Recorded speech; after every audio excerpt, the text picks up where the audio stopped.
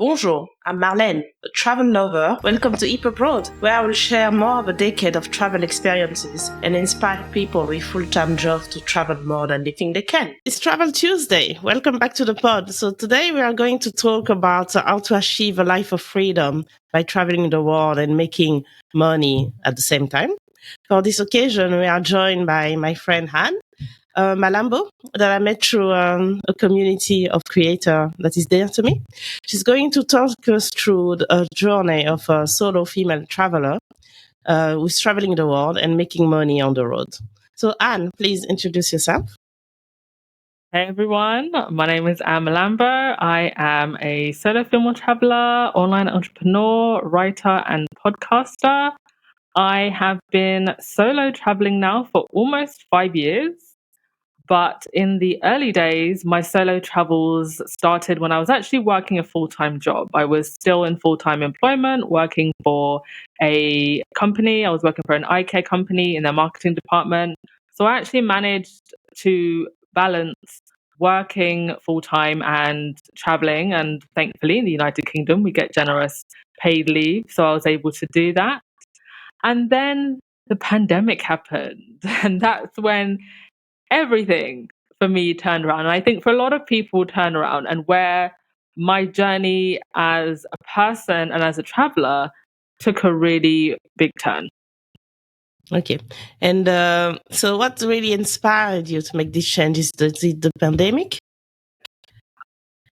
It wasn't just the pandemic. I think it was many, many things that led up to that time. And even my solo travel journey and how it started, it was just little things that came together. I discovered the solo female traveling community online. I discovered solo female travelers like Adventurous Kate, The Blonde Abroad, My Life as a Travel Movie, like really big solo female travelers, OGs that started, blogging during the early days. And then I also, through my first job, I met who's now become a dear friend, the Curious Jessie. She's a travel content creator as well. And I was really inspired by her travels. So it was a mixture of meeting her and finding this online community of solo female travelers and going, oh, what's this? What's this solo female travel thing? Because I think for me and for many people, you think traveling with friends, traveling with family. And I think that's what I always just assumed. I travel with family. If I found a partner, I travel with a partner. And the partner thing definitely never came. still hasn't come. But I didn't want to miss out on the travel part. Yeah, you should definitely don't miss out to wait for a partner. I definitely agree with that. So, by reading your website, I see that your philosophy centers around mastering flow. So, finding what lights you up, leading with your art, owning your journey, working towards a life of freedom. So, how did you discover this principle, and how have they transformed your life? Again, I think it's just different things that have happened to me over the years, life experiences. I think we all have those moments where we just question, what is my purpose? Am I happy in this moment? Is this making me feel full? What does this mean for me if I continue on this path? And is this the path that I want to continue on? And actually, just before the pandemic, I was in my full-time job that I had at the time. And everything had actually been going okay. I'd been at this company for almost 2 years. I genuinely really enjoyed my job. Like, I wasn't one of these people that was like, I'm going to quit my job because I hate it and I hate the 9 to 5. But that wasn't me at all. I was very fulfilled in my role until I wasn't. And then I started questioning things. And so I decided that I would take a short sabbatical from work. And I asked my work if I could take half of my holiday pay and then 15 days unpaid leave. And in January of 2020, I booked a ticket to Thailand, and I spent a month traveling around Thailand and Cambodia.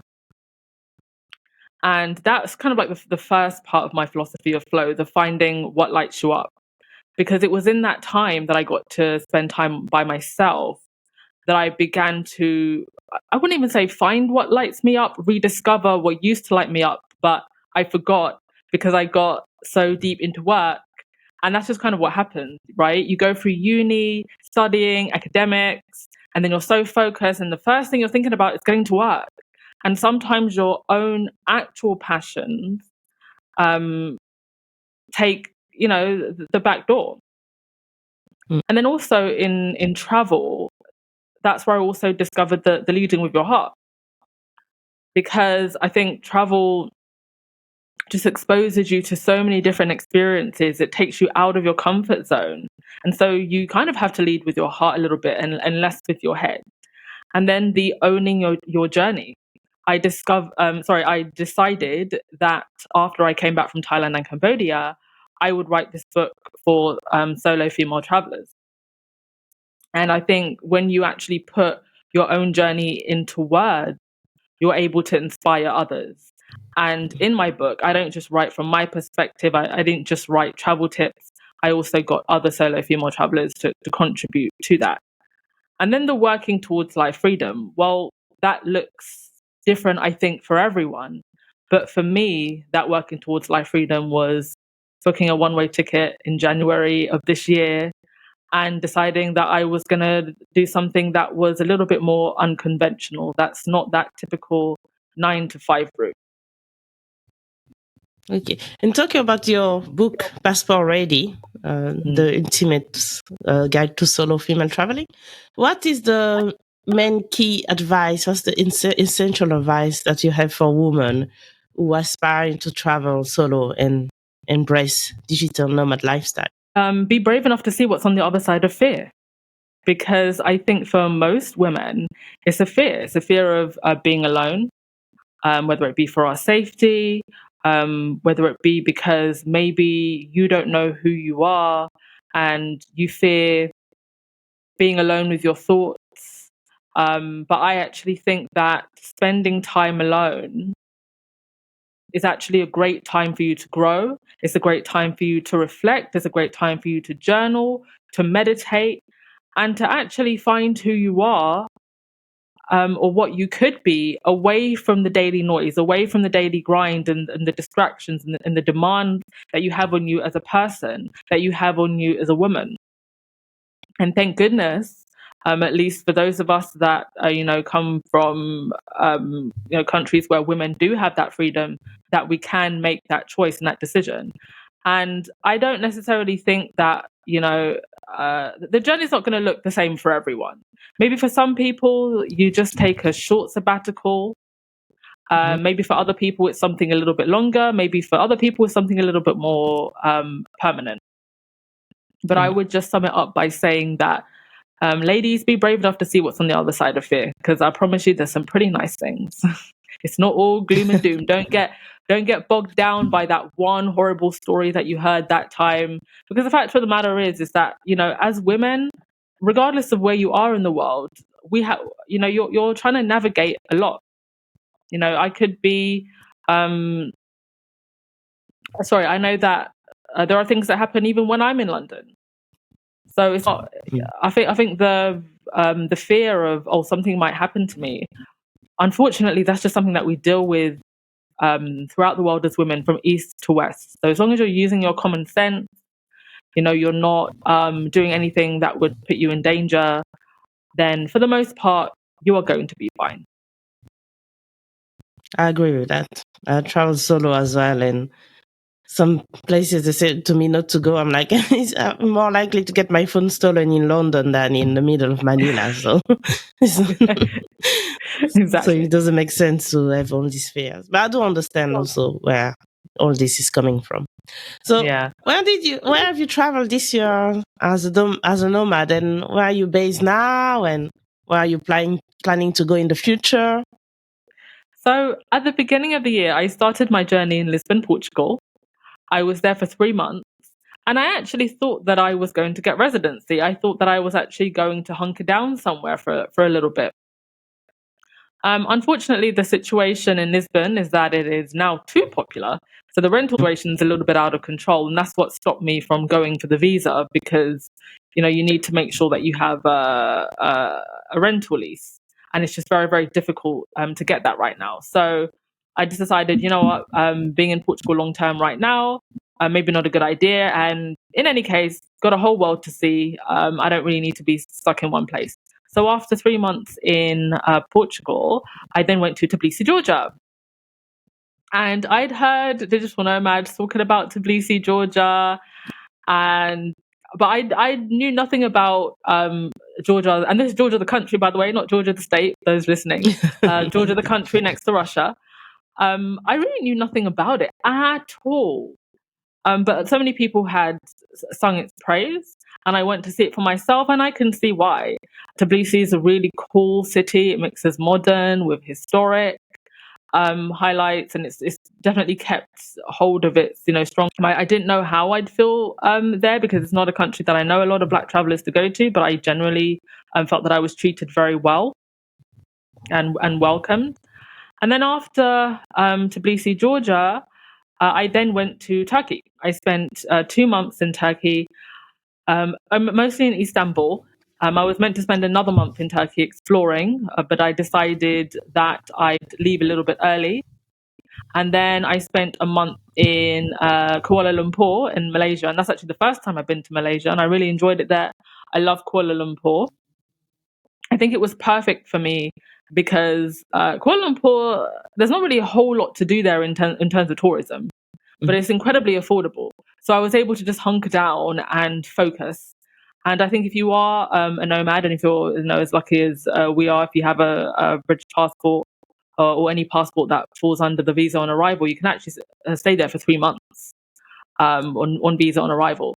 And then after that, I flew to Bali and Bali, Indonesia, and that's where I am at the moment. And I do plan on actually making Bali a permanent base for the next couple of years. And I will be looking to incorporate business here and all of that stuff. Yeah. And I have a quick question about Bali. You said that Portugal is very overcrowded and busy and hard to get place. I heard the same about Bali. When I was in Bali, it was super busy. But I understand why people like it. Like, there's just something Yeah. there that is like a magnet. It's like a vortex. So you don't find it challenging so far to be based in Bali? I mean, I think it depends on where you are. Canggu, yes, very busy. But Ubud is a little bit more laid back. Uluwatu, a little bit more laid back. It depends on where you are. And for me personally, I'm actually not too bothered by busy. I know where to find my peace in the busy, so it doesn't really bother me too much. And being in somewhere busy also does have its benefits, because you have all of the Western comforts. That's why it's busy. That's why everybody's there. But I think there's still enough beauty of Bali that you can bear the busy, because everything else is just so magnificent. I do agree with that. So, when you started your journey as a digital nomad, I assume you faced some challenge. What were they and how did you overcome them? Yeah, so I think the biggest challenge is just getting used to not having your friends and your family around you to lean on as much. And of course, yes, I have weekly calls with my friends and family and we text, but it's just not the same feeling, because before, if I was feeling down or if I was not feeling very well, my mother's just down the road. I was literally renting a place just down the road from where my mum lives. So I can just walk 10 minutes and go and bother her and ask her to make me soup. But here, or if you're abroad, that closeness just isn't there. So that's been quite challenging. And also just lack of familiarity of the place that you're in, and on both sides. You lack familiarity with the place you're in, and they lack familiarity with you. So, I live in a very small village, and I've lived there for over a decade. So everybody knows me, and I know them. I know the butcher. I know the lady that runs the organic store. I know the lady that is in the library, and that feeling of community, not having that's also been quite difficult. But I think it's just something that you recognize that you have to sacrifice if you want this travel life. And I know that it's not necessarily a permanent position. I'm looking forward to enjoying my travels for the next 4 or 5 years, and I will continue to travel, I think, for the next 4 or 5 years, using Bali as a base. And then there will be a time where I think I will be a lot more fixed in one place. And that place will likely be somewhere in mainland Europe that I can have easy access to the UK and go home in less than a 2-hour flight if I need to. Good, sounds like a good plan. Yeah. And but when you become a digital nomad, it involves like losing a bit of financial security of a traditional job.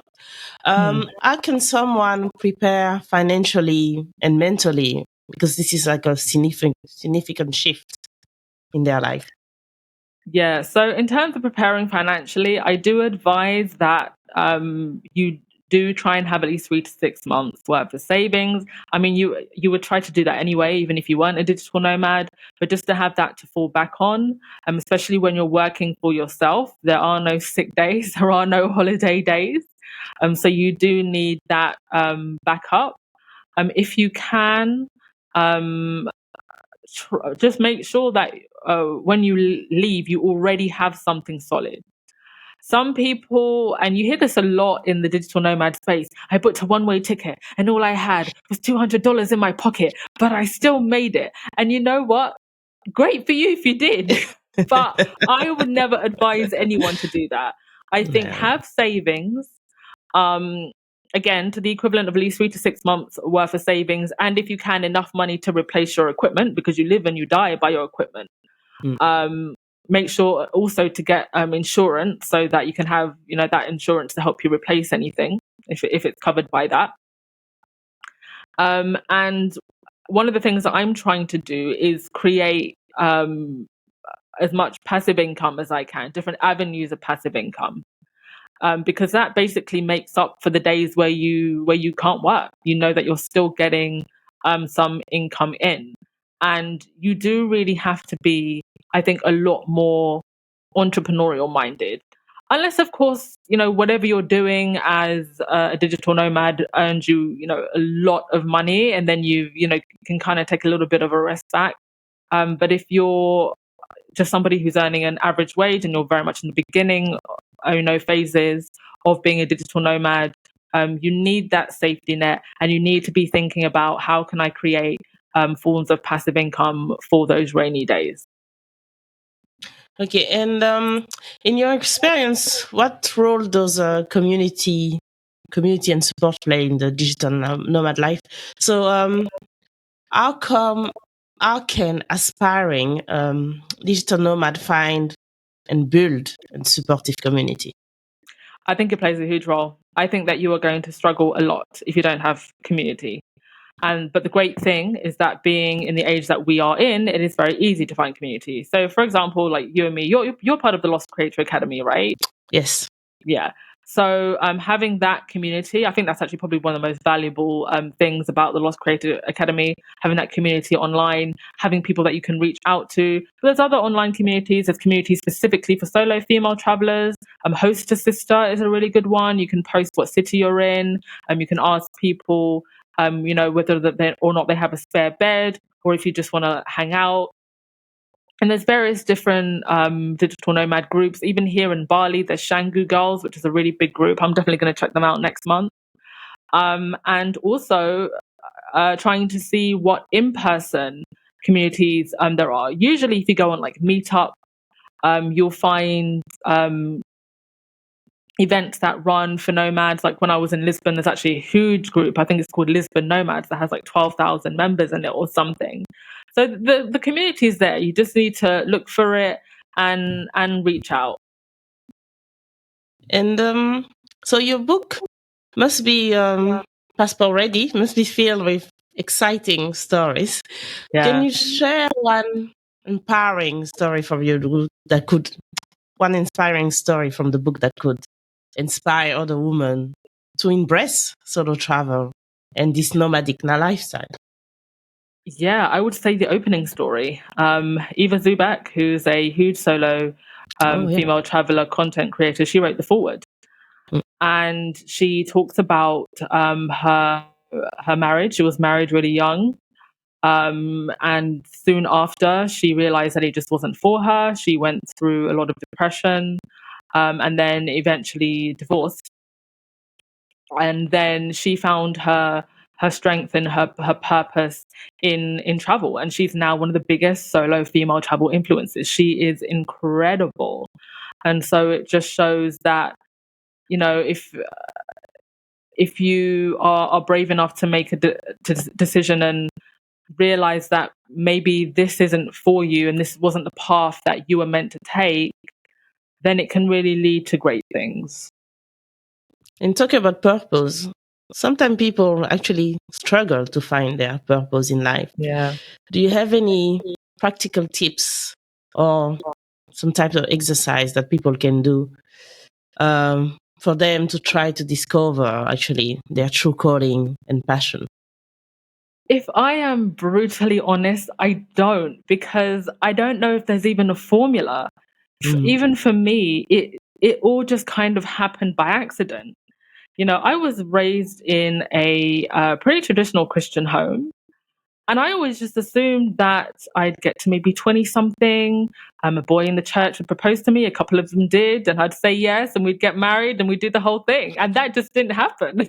So it's been such a journey for me to go from that girl to this woman.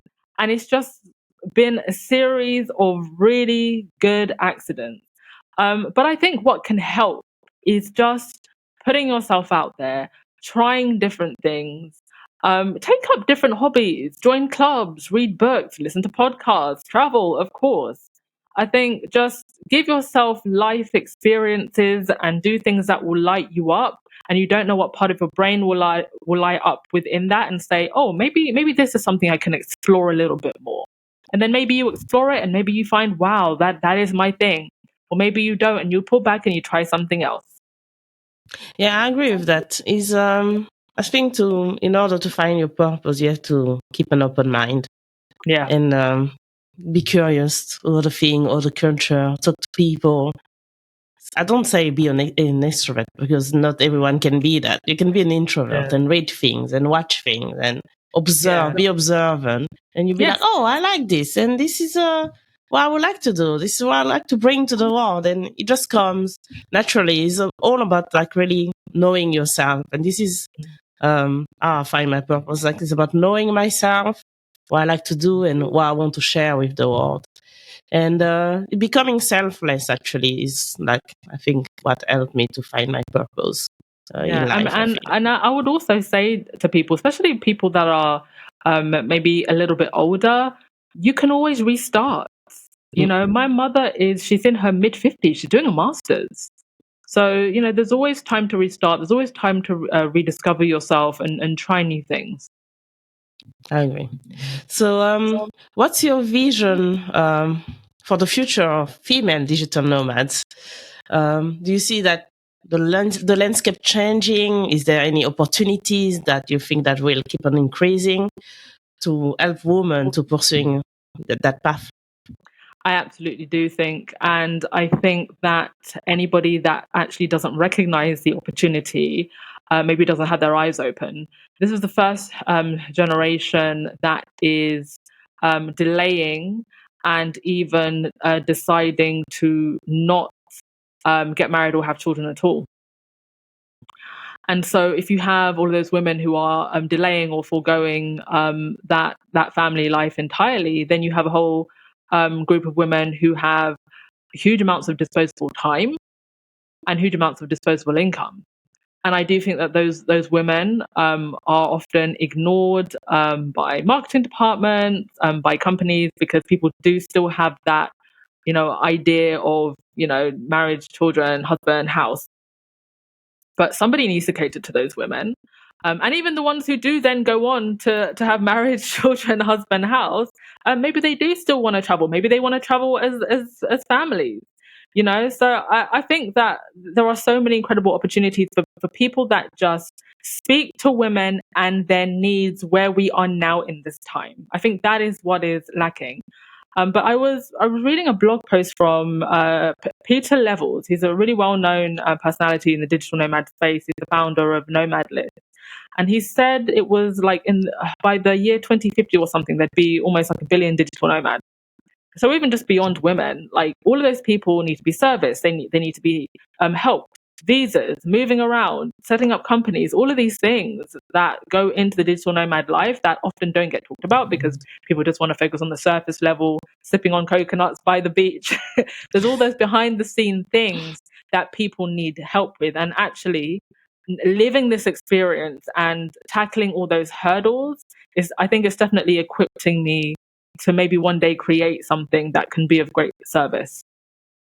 Oh, so yeah, that could be. I'm looking forward to that.